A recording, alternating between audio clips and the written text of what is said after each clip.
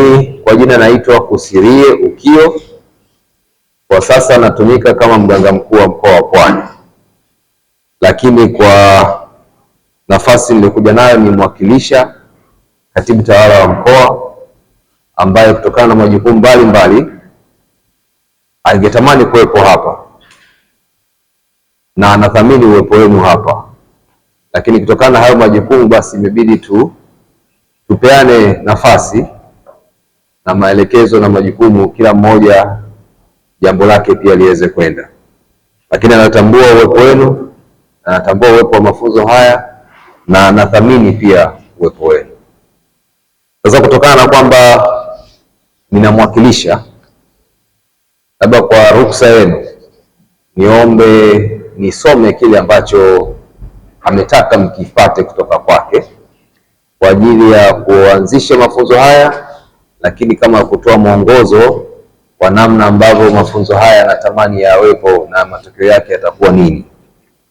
Kwa kuanzia, na nishukuru kwamba taratibu zote za utambuzi zimekamilika.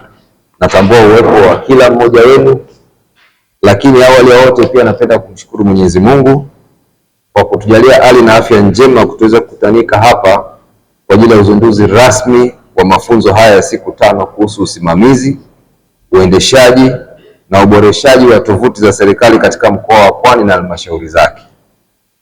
Kwa namna ya pekee napenda kutoa pia shukrani kwa ofisi ya Waziri Mkuu TAMISEMI kwa kuridhia na kuratibu mafunzo haya muhimu yanayolenga kuimarisha utekelezaji wa majukumu ya serikali mtandao katika ngazi za mkoa na serikali za mitaa. Ndugu washiriki, katika kipindi ambacho serikali inaendelea kuimarisha utawala bora, uwazi na uwajibikaji, matumizi sahihi ya teknolojia ya habari na mawasiliano sio swala la hiari, bali ni wajibu wa kisheria na kiutendaji. Tovuti za taasisi za umma ni majukwaa rasmi ya mawasiliano kati ya serikali na wananchi, ni nyenzo ya utekelezaji wa misingi ya utawala bora na ni vielelezo vya taswira ya taasisi mbele ya umma. Ndugu washiriki, chini ya uongozi wa Mheshimiwa Dr. Samia Suluhu Hassan, serikali imeendelea kusisitiza umuhimu wa TEHAMA katika kuharakisha utoaji wa huduma, kuongeza ufanisi wa kiutendaji na kujenga uchumi wa kidijitali. Mkoa wa Pwani na halmashauri zake tuna wajibu wa kuhakikisha tunatekeleza kwa vitendo maelekezo ya miongozo ya serikali katika eneo hili. Ndugu washiriki, mafunzo haya yameandaliwa mahususi ili kuimarisha uwezo wa kitaalamu wa maafisa habari na maafisa TEHAMA katika maeneo yafuatayo. 1. Kuzingatia kikamilifu sera, sheria, kanuni na miongozo ya usimamizi wa tovuti za serikali, ikiwemo utaratibu wa uchakataji, uhakiki na uchapishaji wa taarifa rasmi. 2. Kuimarisha usimamizi wa maudhui kwa kuzingatia misingi ya usahihi, ukamilifu, uwiano na uwasilishaji wenye kuakisi hadhi ya taasisi za serikali. 3.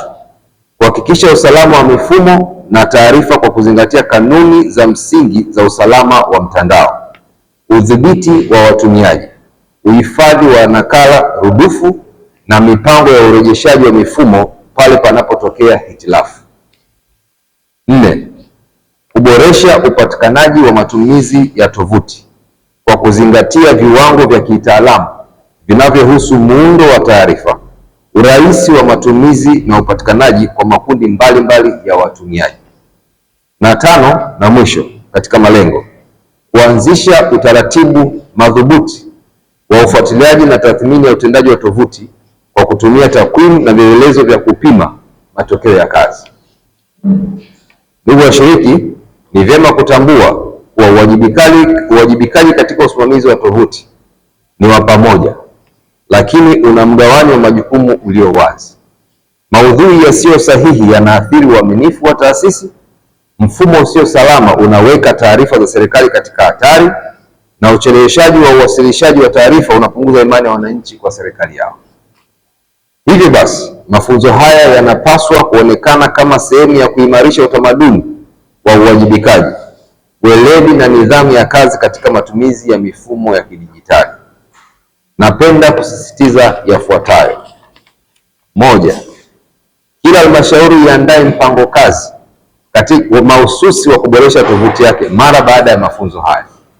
Na kwa sasa tunapoenda katika utekelezaji na mipango wa utengenezaji wa mipango kwa mwaka wa fedha 2026/27, mimi naamini wajibu wa kufanya haya kwa wakati kupitia idara zetu ambazo zipo katika maeneo yetu ya kazi ndio wakati sahihi.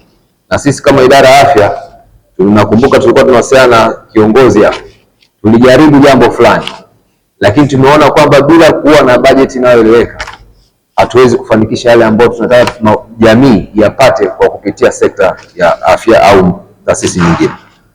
Kuwe na utaratibu rasmi wa ndani wa uhakiki wa taarifa kabla ya kuchapishwa. Hili ni la msingi sana ndugu yangu. Kinachoingia ndicho kinachoonekana. Kishaonekana na kushika kasi kwenye umma, basi kuwe na utaratibu mzuri wa kujibu na kuclarify yale ambayo hayakueleweka. Kuwepo kwa ushirikiano wa karibu na endelevu kati ya ofisi za habari na vitengo vya TEHAMA. Na mwisho na nne, kuhakikisha taarifa zote muhimu za kisheria, kiutendaji, kimapato zinapatikana kwa wakati katika tovuti husika kwa mujibu wa miongozo iliyopo.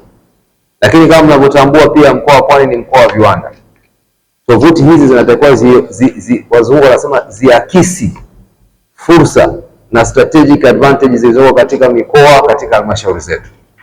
Ukienda katika maeneo mengine unakuta ukiingia kwenye tovuti kwa dunia sasa hivi, mtu anatakiwa apate taarifa ya mkoa fulani katika wilaya fulani akiwa huko aliko bila kufika, ili afanye maamuzi sahihi. Akija hapa hakikisha sisi tunapambana naye, na kwa sababu ni mkoa wa kiwekezaji tunaenda naye hivyo. Kwa taarifa pia iakisi maeneo mahususi kwa sasa hivi ya dunia ya mashindano ambayo tunadhani jamii ya Tanzania na ya kimataifa inatakiwa ipate kwa ajili ya kujenga uwekezaji.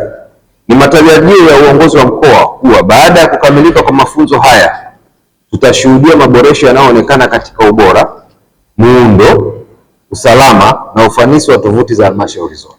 Napenda kuwahimiza kikamilifu kutumia muda wa mafunzo haya kushiriki mijadala kwa uwazi, kubadilishana uzoefu wa kitaalamu na kuweka misingi ya ushirikiano wa muda mrefu miongoni mwenu. Na mwisho, kwa mamlaka ambayo nimekasimiwa leo, natamka rasmi kwa mafunzo ya siku 5 ya usimamizi wa uendeshaji wa tovuti za serikali kwa maafisa habari na maafisa TEHAMA kwa mkoa wa Pwani na halmashauri zake yamefunguliwa rasmi.